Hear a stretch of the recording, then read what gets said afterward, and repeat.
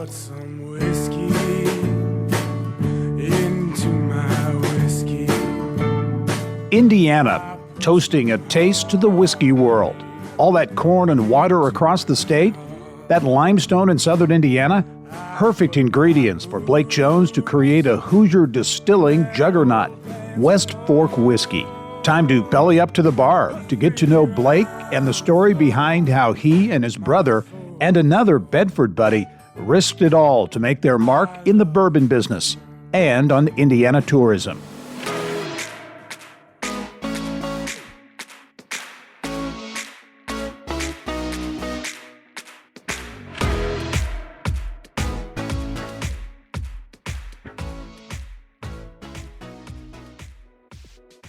Hello and welcome to the Business and Beyond podcast presented by PNC. I'm Gary Dick. We are raising a glass this week to Blake Jones, co-founder and president of West Fork Whiskey, one of the hottest bourbon brands in Indiana and the Midwest. It took Blake, his brother Julian, and childhood friend David McIntyre less than a decade, and just about every dime they had, to help restore Indiana's rich distilling history.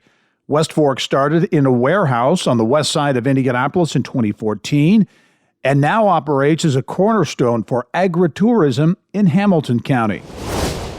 And I am pleased to be joined on the Business and Beyond podcast by Blake Jones, co-founder of West Fork Whiskey, a real Indiana success story, doing things, a lot of things, obviously, in the distilling business, but it's about a lot more as well. Blake, thanks for joining us. Oh, thanks for having me. So how's the whiskey business? We were talking just before we started recording, with inflation and high interest rates, and folks seem to not be as confident in the medium to long term, or at least the short term right now. We in the whiskey business say, thankfully, people always drink. Yeah, yeah, exactly. We want to talk about how you started, because it is a startup success story about how you and your partners got rolling. But want to fast forward, if we can, for right now to where you're at now in Westfield. You've made quite an investment, have quite a presence with the West Fork Distillery in Westfield, which is it's about distilling, agritourism, restaurant, so many things going on. Give us a description of this distillery in Westfield, which is right across the street, basically, from Grand Park Sports Campus. Not basically, literally right across the street. So on the north side of Grand Park, there's 191st Street, and we are literally directly across the street. And so, you did a pretty good job, listing a few of the business elements that we have up there. It's definitely multifaceted. But the reason why we created a tourism space and a couple bars, family-friendly restaurant, education area, event center, and ultimately control 25 and a half acres there was to be complementary to our whiskey business and really try to propel the whiskey business and introduce the whiskey business in West Fork to as many folks as possible. So we've got a family-friendly restaurant. We have an education facility up there. We have a 21 and older cocktail lounge, event center. So we do tours, tastings. We like to feed people. We say good food with good drinking. So that for those folks at Grand Park that maybe need a little bit of break, come over and imbibe a little bit. But yeah, it's to elevate the company, because we'll talk about, I'm sure, the startup and how we got started. But, we love being there. We're only about 8 months into that location. And what you see is phase one for that. And it was about $10 million, a little bit over because of inflation. Yeah. But about $10 million for phase one. And we're really just getting started. Yeah. Well, you say phase one, that you've got phase one is big. I mean, I've been there. It's quite impressive. How's the reaction been from consumers? How's business gone these first 8 months or so? Well, I'll tell you this, as anybody who's probably done something new, right, or taken on some risk, there's always mistakes that happen. And so we did stub our toe a little bit out of the gate. We've never run a restaurant before. We've been in the whiskey business for, I guess about 7-8 years, really small at first and have grown substantially. So I tell you, running a restaurant is really different than running just mainly a wholesale whiskey business. Yeah. So that took some time to figure out, but I really think we're hitting our stride right now, finding what people want from us, adapting to that really quickly. certainly the biggest challenge out of the gate as we're about 8 months in, but we feel really good about where we are. And I think the reception is becoming overwhelmingly positive. We say, if we can make 8 or 9 out of 10 people happy in the hospitality business, we're doing pretty good. And that's what we strive for. And I think we're hitting that mark. What to talk about those challenges? A lot of people say, "Hey, we want to own a bar, or we want to own a restaurant," and it's a tough business. What were some of the challenges you faced on the restaurant side of things? Well, I think for me, we've put our whiskey out to the public and gotten feedback for years. Overwhelmingly positive, but as anything you do, you're going to have some detractors, right? You're going to run into some people that aren't as supportive. And so with the hospitality business, we see thousands and thousands of people a month, and our restaurant is packed on the Grand Park weekends from 11 to 10 o'clock. And everyone expects you to treat them like they're the only people there. Mm-hmm. And we strive to do that. We really do strive to do that. But in this environment where folks are expecting more to show up for work, maybe they're not showing up for work, they're coming and going. It's hard to retain people, even though we offer benefits and pay above average. It was really difficult early on to get consistency correct. And so we overspent on food, we overspent on people. And I'll tell you, that hurt a little bit out of the gate. And so that was really the main thing. Was really just providing a consistent experience and providing good, consistent core group of folks that we could rely on. Yeah, you strike me as someone who's very passionate about what you're doing, passionate about whiskey and distilling, and I know you mentioned the education piece of that. I think, and I was one of them. I think bourbon, only comes from Kentucky, but Indiana has a real whiskey, heritage, right? And you want to kind of tap into that. Absolutely. I mean, what most people may or may not know is the largest producer of American whiskey, including bourbon and rye, is in Indiana, in Lawrenceburg, at Midwest Grain Products. They have another name they go by a little bit here as well for their own branded. And then obviously we've got some other great whiskey providers. And before Prohibition, Kentucky wasn't the only state doing it. A lot of folks on the East Coast, a lot of our founding fathers of our country were distillers, and they distilled rye. And Indiana certainly had some very large commercial distilleries that were killed because of Prohibition. And so the folks down in Kentucky got medicinal licenses, and sure, they made whiskey early on as well, but that gave them a leg up when they could actually sell product and nobody else could. So really elevated them for the future. Bourbon is America's native spirit. It can come from anywhere in America based on our trade agreements. And so there are obviously some parameters about how you make bourbon. But if good corn, good hard limestone water, and temperature fluctuations are good for bourbon, why are we making some of the best bourbon in the world right here in Indiana? Because we've got all three of those. Yeah, good point. So you grew up in Bedford. How did you get into the whiskey business? What really sparked that interest and that desire to get you into the business? Yeah, so all three co-founders are from Bedford. I was actually born in New York. My family opened a small business. He was a physician. My father was in Southern Indiana, so we moved back to Bedford, and he was from Southern Indiana and grew up in a small town. And obviously, not many people want to be entrepreneurs when they grow up, but me and my business partners, which is my childhood best friend and my brother, said don't start business with friends and don't start business with family, and I did both. And we always wanted to be entrepreneurs. And we did talk about early on in college when we were turning 21, living the bachelor life, opening a bar, living above it. And really it just naturally progressed as we became professionals. We started getting into whiskeys. First it was Scotch and Irish, then it was bourbon. And we saw what happened with craft beer over 20, 30 years and really wine before that in the 60s and 70s and 80s out of California. And we loved the spirit. We started drinking it and everything we could get our hands on, cheap, expensive. My father got into it and became kind of an amateur collector. And I was in banking after I graduated from IU. My undergrad originally went to William Mary. You were a kicker, right? Did you play football? I did. Play is a loose term for those folks that are hardcore football people. But yes, I was a kicker for a year and a half at William Mary before I transferred to IU. The guy in front of me was an All-American. I wasn't going to play until my junior or senior, maybe redshirt senior year. And I say you can do 2 out of the 3 things in college. You can either play sports and have good grades. You can be social and play sports, but you can't do all 3. Get good grades, play sports, and be social. And I knew I was never going to go pro. So for me, it was more about building my network and being studious. And so came back home to Indiana and graduated and went into insurance and then banking and got into whiskey because of the passion on the side. Yeah, we'll talk about, again, classic startup story. You and your two partners had a location, I think, or got a location on the northwest side of Indy, and that's where it all started. What do you remember about those really early days? Oh, besides the fact it was long nights and weekends, and we were very poor. We were 25, 26. I was going to part-time MBA school at Butler. I was working at Huntington Bank downtown at their kind of Indiana headquarters, and got married.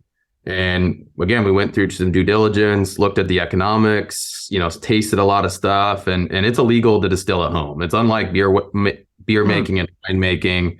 And so we knew we would want to do this professionally one day. And so we don't want to jeopardize our company by testing anything at home. So we did it the right way. We rented a warehouse, we bought a still, then that gives you the right to apply for your distilling licenses. And at that time, you had to wait 3 years to have a tasting room, and literally cashed out our 401ks. We're in a ton in it. Obviously, we were young, but maxed out credit cards, as many credit cards as we could get from Chase at the time, got a small SBA loan that we guaranteed. We put money in the company every paycheck that automatically went from our paychecks to the business account. And literally we're working nights and weekends. We were spending, 20, 24 hours there in 2 days on a Saturday and Sunday. Wow. Figuring out how we wanted to make whiskey, why we wanted to make whiskey the way that we did to create a really strong base for our company in the future.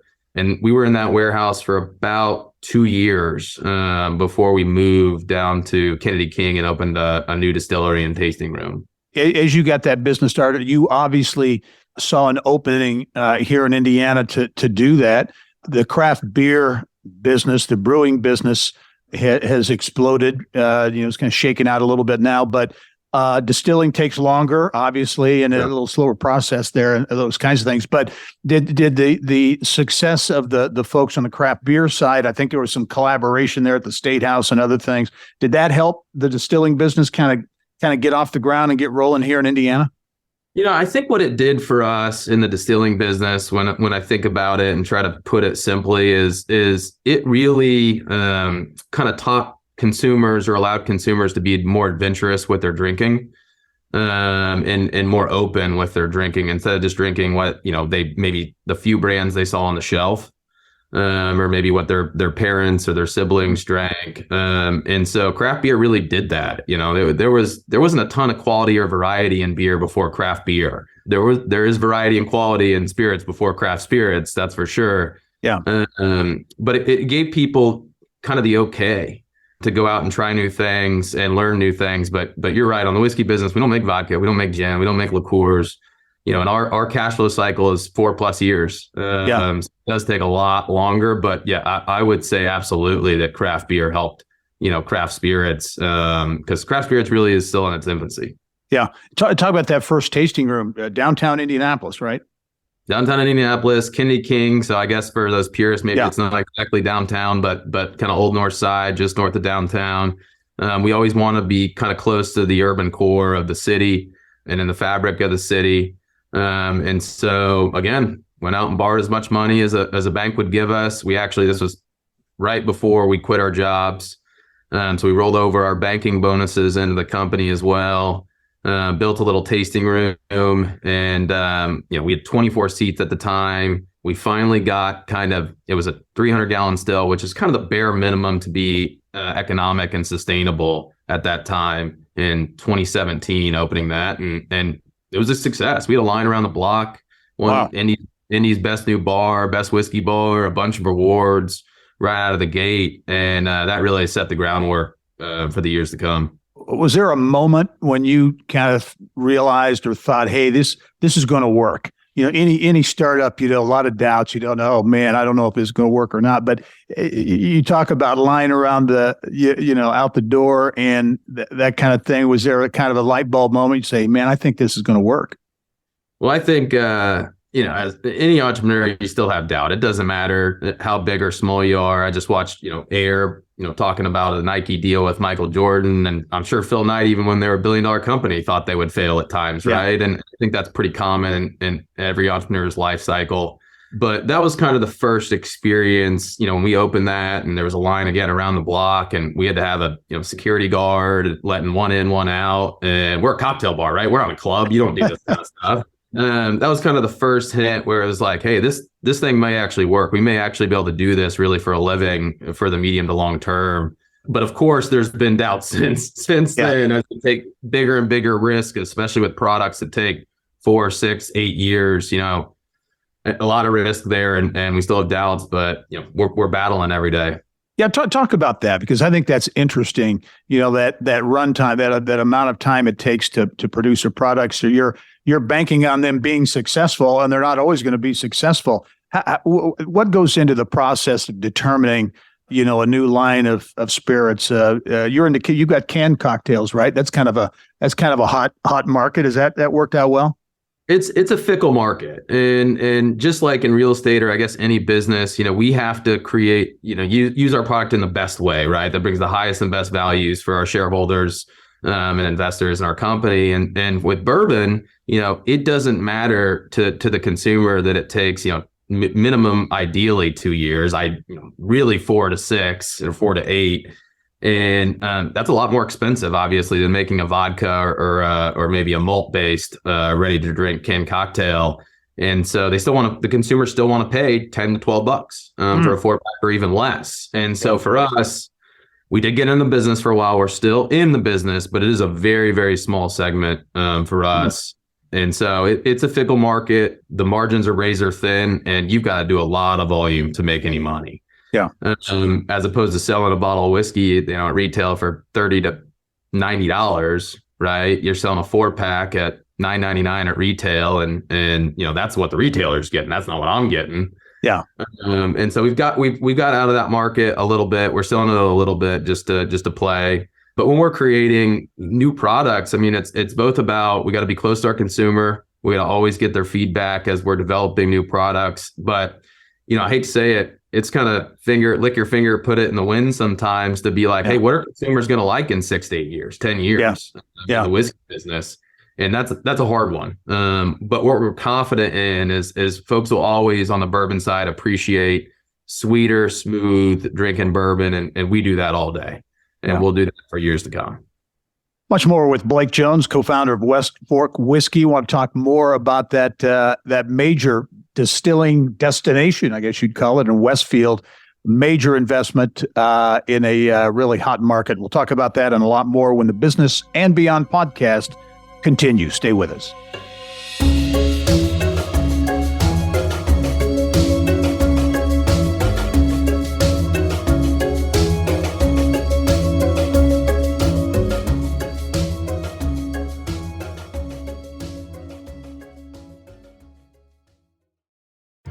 At PNC Bank, we're committed to making a difference in the lives of our customers and communities by helping them move forward financially. As a Main Street bank, we try to do right by our customers with every encounter. Our local teams offer personalized financial advice to help guide you in making the best decision. We're proud to be part of your community. PNC Bank. See how we can make a difference for you at pnc.com. Copyright 2022, the PNC Financial Services Group, Inc., all rights reserved. Welcome back to the Business and Beyond podcast presented by PNC. My guest this week, Blake Jones, entrepreneur, co-founder of West Fork Whiskey, a real Hoosier startup success story with a major investment and a major presence in one of the fastest growing cities in Indiana, Westfield. Blake, again, thanks for joining us on the podcast. Westfield, as we touched on in the first half of the podcast, major investment there. Give us really a thumbnail description, because you've got the distilling piece, restaurant. As you mentioned, you had some challenges out of the gate that have been kind of corrected now. But this agritourism piece too is a real education piece. That's interesting. Yeah, it absolutely is. Folks today, I feel like, want an authentic experience, and they want to experience their brand, kind of feel it and touch it. And so while we did have the tasting room and still do have the tasting room in Kennedy King, near downtown, we needed to provide and elevate our education business in order to not just grow our brands, but also grow the bourbon and whiskey market, because the more people that come into the market, the better for everybody. And so we're still developing the education side. Right now, we offer a couple different tastings and tours.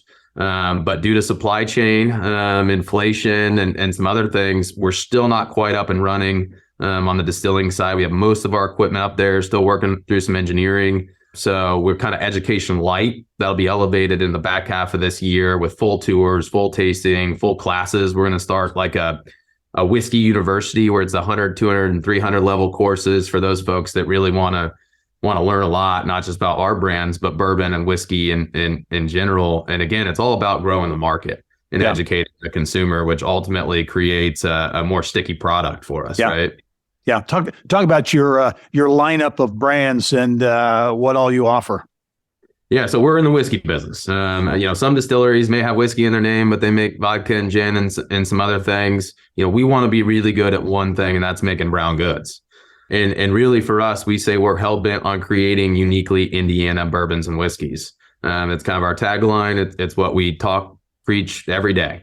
So for that, it's really corn forward. It's sweet, a little bit robust, but it's corn forward and sweet, smooth bourbons and whiskeys, and sometimes high proof. And so not just do we have our West Fork whiskey brands, but we resurrected a brand called Old Hamer and Hugh Hamer in 2019 that was originally made in the 1800s actually in Spring Mill, which is in Lawrence County where we're from. They had a distillery down there, and they're actually resurrecting one with a partnership out of another distillery in Southern Indiana, which is pretty neat. But one of the brands that they made and sold a little bit was Old Hamer. And so we brought that brand back to life. To my knowledge, we're the first people in the country to really market a 99% corn, 1% malted barley, straight bourbon whiskey. And so that brand's been sold in up to 13 states, and it's been rated above 90 points by Wine Enthusiast, Tasting Panel Magazine, big awards at a lot of competitions. And it's a great drinking bourbon offered in a number of different ways. But yeah, we do everything in the bourbon and whiskey game. I mean, corn forward in general, but yeah, we've got rye in some of our products. We got wheat in some of our products. We have malted barley in some of our products to create different flavor profiles within bourbon and whiskey in general. Yeah, talk about your model, because located across the street from the Grand Park Sports Campus, a great location. Obviously, a lot of people in and out of there. But as you look at that partnership, if you will, with Westfield and that agritourism piece, I've always viewed you see craft beer breweries popping up in downtown small towns, and it's kind of an attraction for redevelopment. I would assume the distilling business, distilleries, same thing, have the ability to be drivers for economic development. So many communities focus on quality of place, quality of life. This would fit kind of right into that piece. Yeah, I mean, I'm not sure Westfield needs a ton of economic development. They're growing like weed, right? I think they say they're going to double in size in 5 to 10 years. But we chose Westfield because when we were looking in central Indiana to figure out where we were going to put this tourism and agritourism kind of education facility, new production facility, we wanted to be close to a highway. We needed to obviously be able to afford where we're going.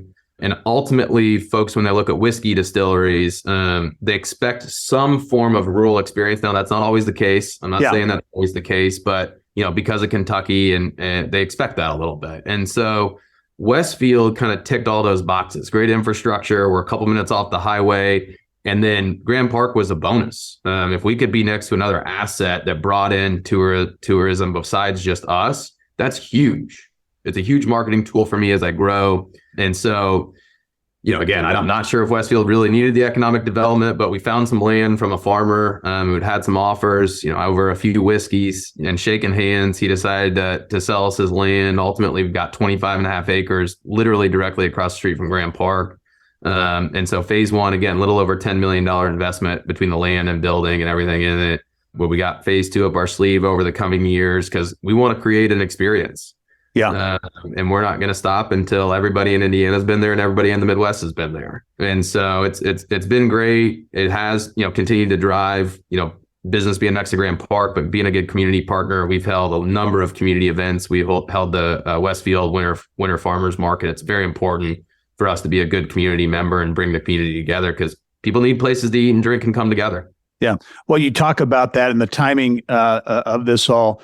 As you look at bourbon and the popularity of bourbon, the Bourbon Trail, of course, in Kentucky, I mean, it's just off the charts in terms of the popularity. And I would assume that you would benefit from that, kind of the timing of things and the way you're branding, the way you're marketing, what you're doing. Yeah, it's not always good to be the first, right? It's okay to be 4th, 5th, 6th, 10th, 50th, right? And benefit from what other folks are doing. And to your point, what the last 20, 30 years and what's happened in Kentucky and what they have done in tourism has really elevated the entire bourbon and whiskey market across the country. And now, we've seen how that has really helped build brands, which is one of the reasons why we wanted to do this. And so, yeah, people they crave that experience of, again, touching and feeling the brand and the product and experiencing it in a way beyond just pulling a product off the shelf at a local retailer.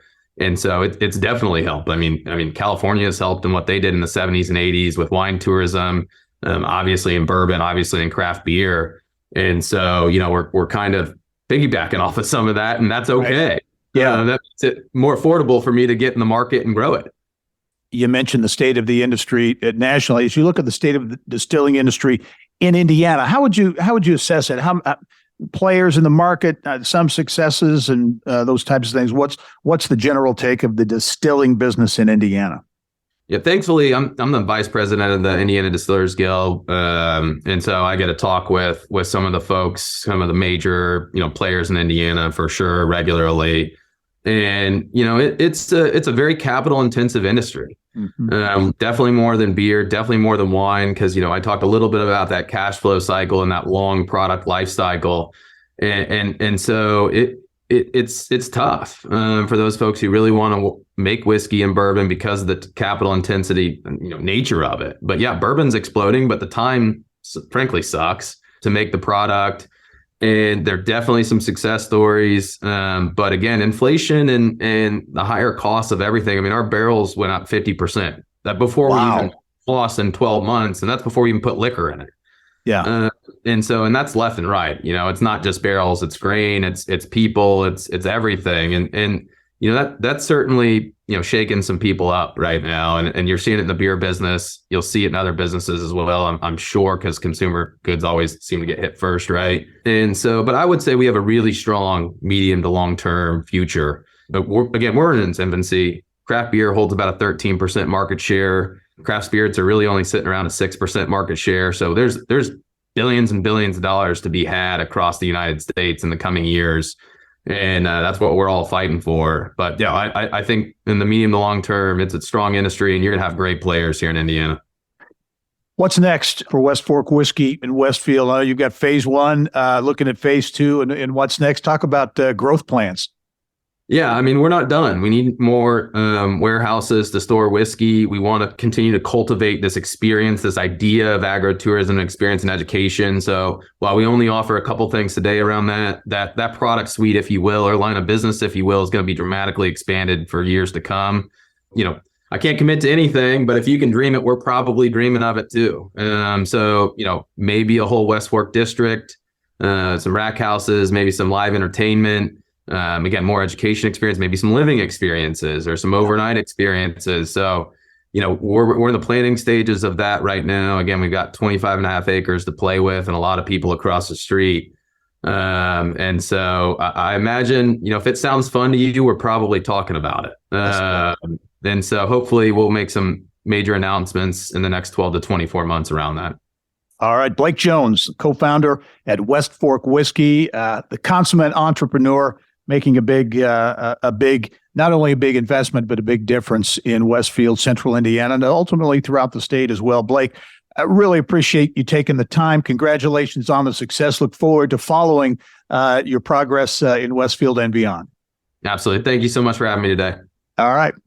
And thank you for joining us on this edition of the Business and Beyond podcast. It's a weekly conversation with achievers in business, sports, entertainment, and beyond, presented by PNC. And you can listen to all episodes, all 115 plus episodes, and get Indiana business news 24/7. All you have to do is go to InsideIndianaBusiness.com. I'm Gary Dick. Thanks for joining us. We'll see you next time.